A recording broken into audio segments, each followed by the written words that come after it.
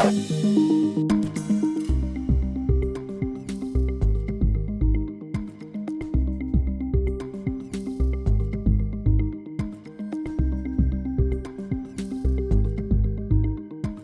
now, from the CFTK-TV studios, this is Open Connection with your host, Robert Pictou.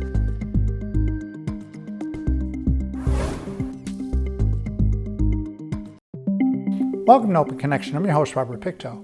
Broken storefront windows, blankets over shopping carts as shelter, violent interactions on the street. All these are increasingly common sights in Terrace and the surrounding areas. Recently, organizations and individuals from the Lower Mainland shared their best practices with local community organizations as a first step in finding a solution to help those in need.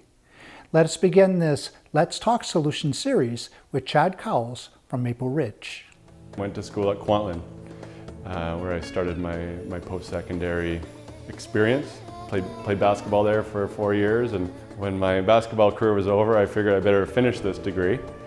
So I ended up finishing at SFU with a degree in Middle Eastern history. Don't ask how that led to me being the manager of community social safety for Maple Ridge, because there is no link.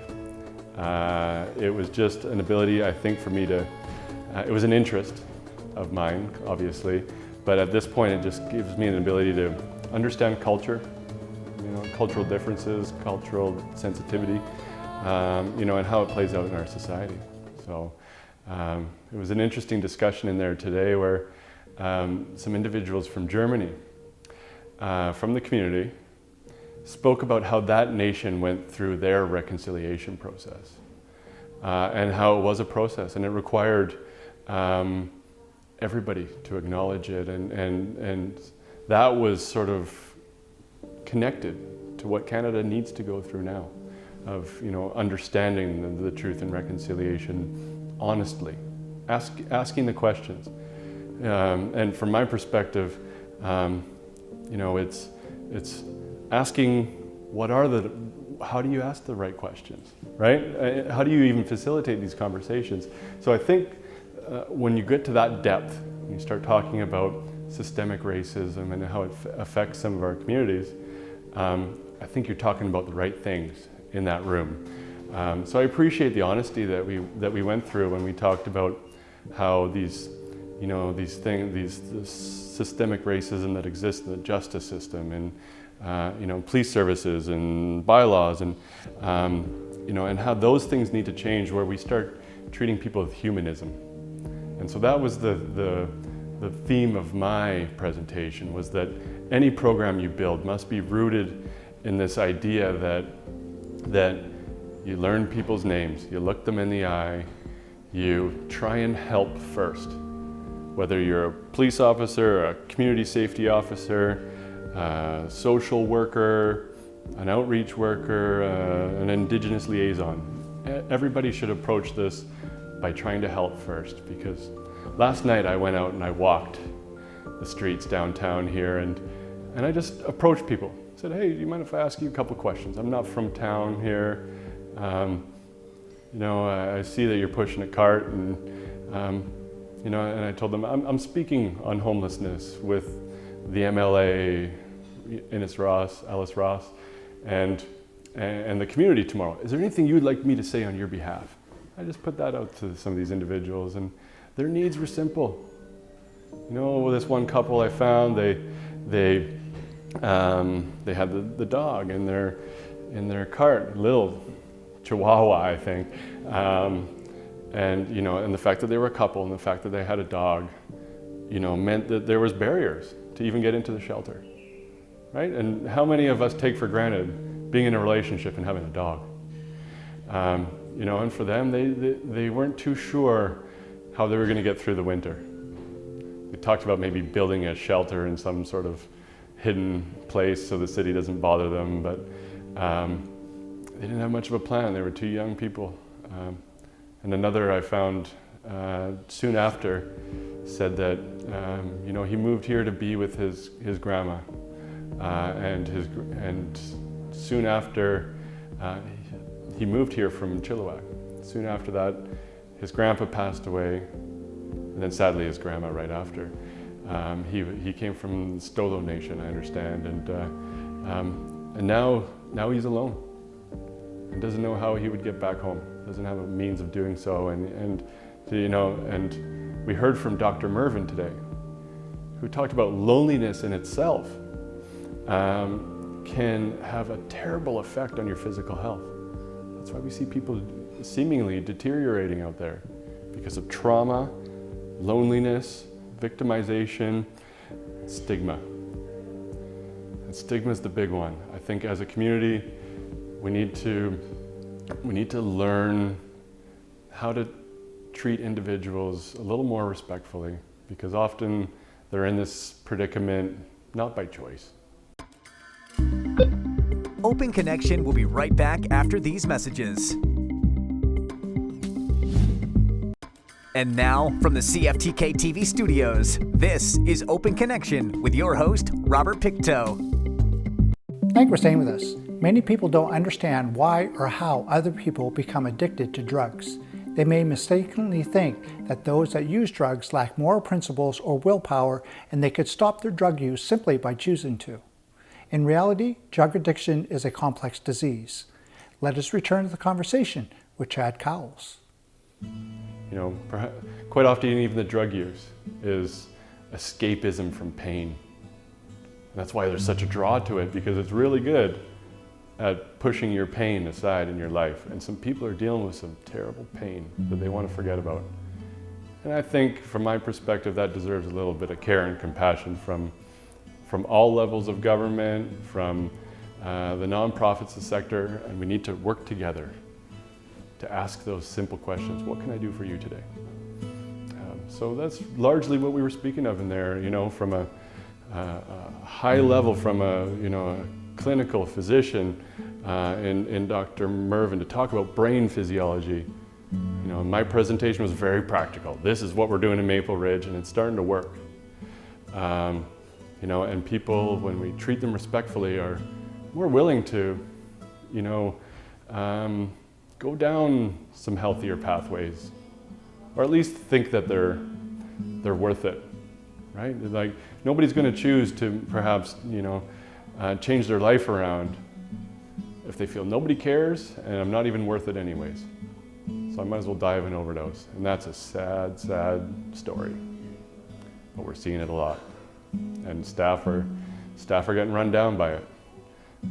Staff are dealing with burnout, because in this line of work, it's one step forwards and 10 steps backwards. So we glom on to those small victories with people because they're rare. But for the folks in this community, if you see the community safety officer out there interacting, or if you see outreach staff, know that they're working their tail off to make this a safer place. And what we realized as a group is that all the tools are here. All the resources, all the caring people are here, but they require a little bit of coordination, a little bit of leadership, and through the Skeena Heartbeat Society, and the situation table that exists here, and the hub in the park, and a new staffing position with the city, a social development planner, and the community safety officers. You put all that together and you have yourself a community safety plan that's going to work, but everybody needs to be aligned. Folks were saying, well, we're already cooperating on one table. We've got to bring it all together here, and that's what's going to make a difference. I moved from Vancouver, and I had a high-profile position there. I was a superintendent of citywide services. I had 120 staff reporting to me. I had park rangers, building service workers, caretakers in parks. So I had a huge team, and I thought, you know what, I'm going to join the bylaw department here on the front lines as a bylaw officer doing community safety patrols, similar to what a lot of these communities are starting to build. And I thought, I'm just going to fly under the radar, pay my dues, and leg this out for a few years. Turns out I don't have that ability to fly under the radar, and soon enough I started to build and build and build, and what I was doing was totally aligned with what Mayor and Council prioritized in their strategic plan about community safety. And the plan that I had to deliver on as the manager was very well built. It was very thoughtful.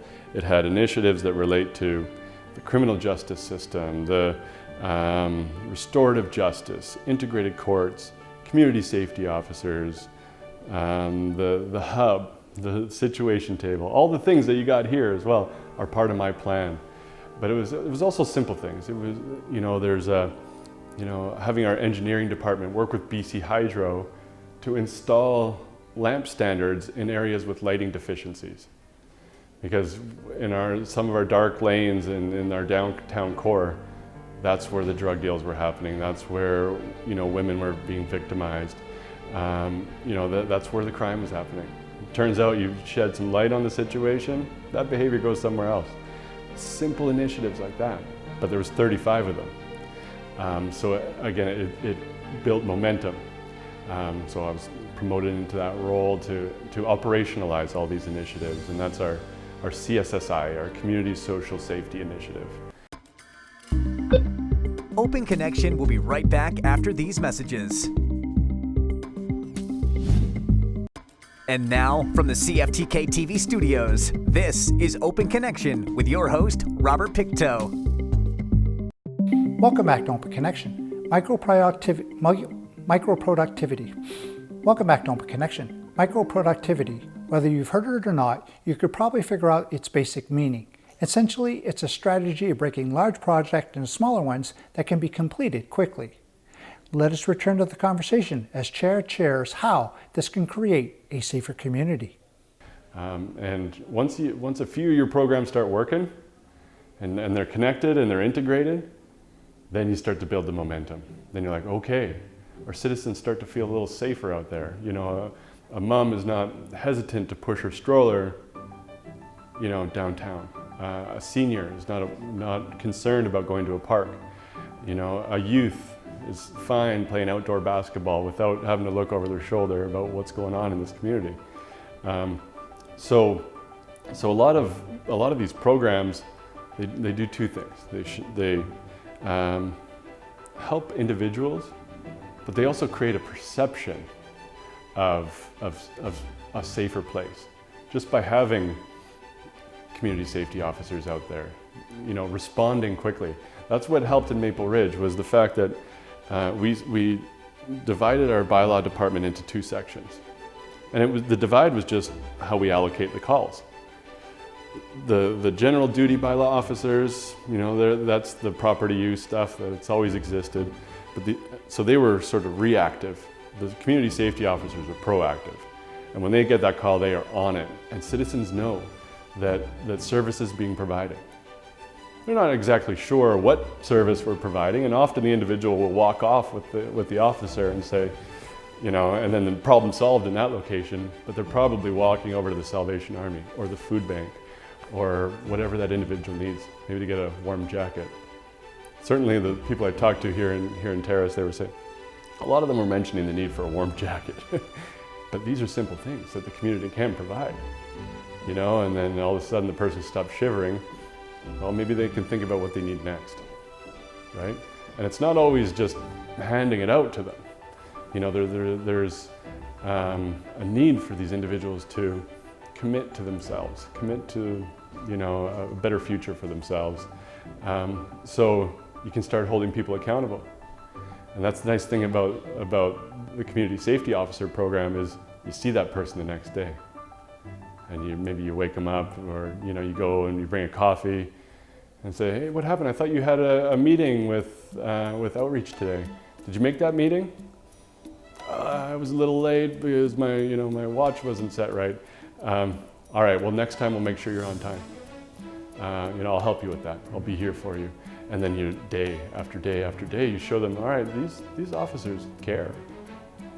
So I guess I better follow through on my end, and because the business owners sure don't like me being here. And I don't want to sleep outside overnight. And you show them that they don't have to necessarily. There is a community here that cares, but it takes effort on both ends. We certainly had to be strategic with who we partnered with, because it's true, especially like with our community resource hub. We wanted to launch it. We wanted it like a slow launch, a soft launch, just so we didn't overwhelm this neighborhood that we were coming into, and to show them that it was going to be, well managed with 24-hour security when it was open, and then they could see the operation as successful. And then we've ramped it up since then, and we're getting 25 to 35 individuals a day coming in and having lunch with us, having a shower, and often talking to income assistants or their probation officer or Fraser health nurses. So we've got everything in a one-stop shop there. But we knew that all the providers were going to want to be there, and we didn't necessarily want a situation where there was 12 outreach workers per homeless person. It's just not efficient. But through communication, you can let these other service providers know that, there's going to be a time when we need you, and it's going to be based on the needs of these individuals. So stand by, and I'll give you a shout. But we've got a new hub coordinator. She's doing amazing, and we're rotating the service providers through, and they're committing on a weekly basis to serve individuals. And we are dealing with some of these root causes that we see on the streets. Because that's the only way to change the behavior is really deal with the root causes. One thing we talk about is organizations staying in their lane. So if the individual's needs are health related or mental health related, hopefully we have all the lanes covered. And therefore, organizations who are, abstinence based or treatment based or harm reduction based or health based, or part of the criminal justice system, we got all the lanes covered, right? And no organization has to change their philosophy. We just have to make sure that we send individuals down the right lane. Because there's a lot of debate about what's the best approach, right? Between getting people into treatment and recovery, or going down a harm reduction avenue, and I think the answer is, in a lot of cases, there's a need for both. Open Connection will be right back after these messages.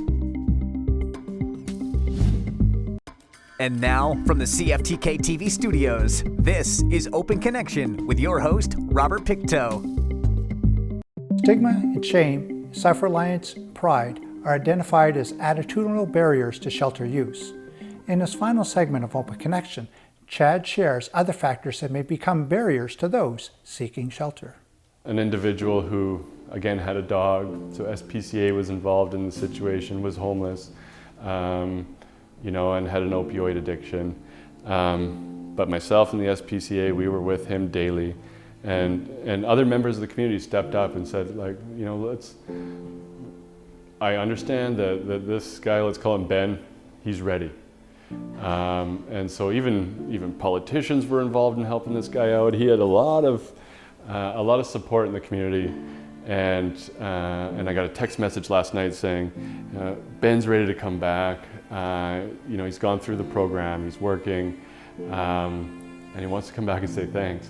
I had to delay the greeting, but he wants to come back and acknowledge what the community did for him, because he's a new man. And we see that story a lot, but it takes a lot of effort, and in some cases there's relapse, and then it's effort all over again. But as far as I'm concerned, when you're dealing with humans, it's worth the effort. Drug addiction is the most pervasive problem, and it's hard to differentiate from mental illness sometimes.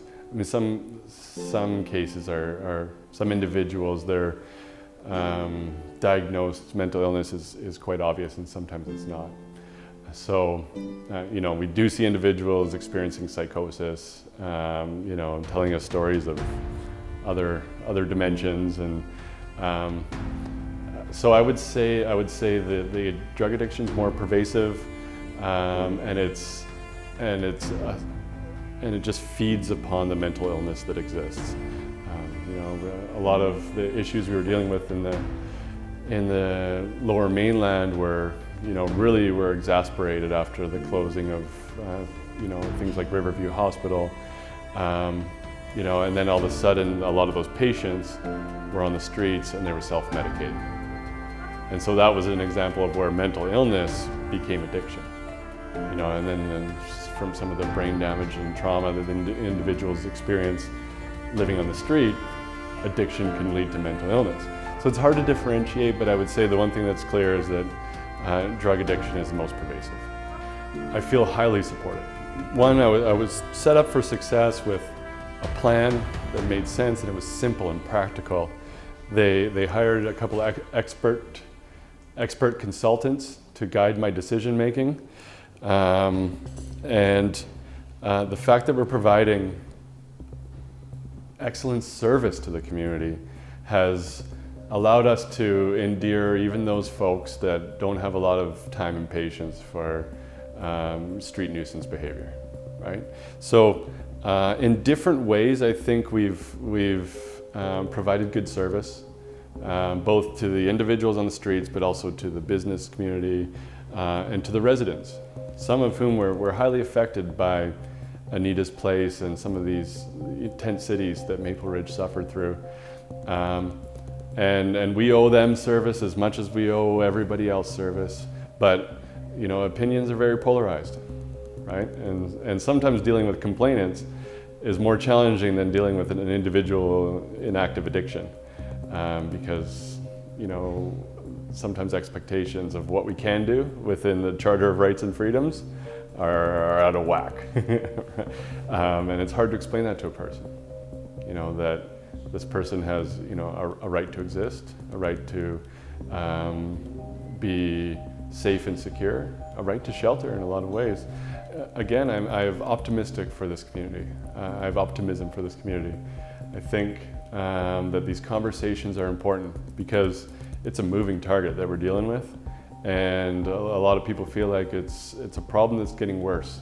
So if we don't have these conversations and we allow the cycle of homelessness and drug addiction and mental illness to continue on, it will get worse. So we must at least attempt to deal with some of these root causes of the behavior, and the best ways are to do it as a community. So put together the programs you have that are working under a single umbrella, if possible. Sounds like that's MLA Ross's hope with the Skeena Heartbeat Society, and then you have a united front, and you got strength, and staff won't burn out as often, and police won't feel like they're glorified social workers with guns on their hip, and then everybody can provide service that they were hired to provide. When you just open lines of communication and you coordinate on things like a situation table, which already exists here, and it sounds like they're doing great.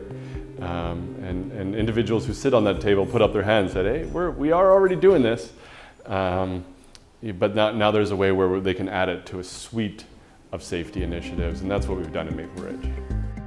Thank you for joining us for this episode of Open Connection. The greatest distance in the existence of man is not from here to there, but the connection from his mind to his heart. If we can conquer that distance, we can soar like an eagle and realize our immensity within. I'm Robert Pictou.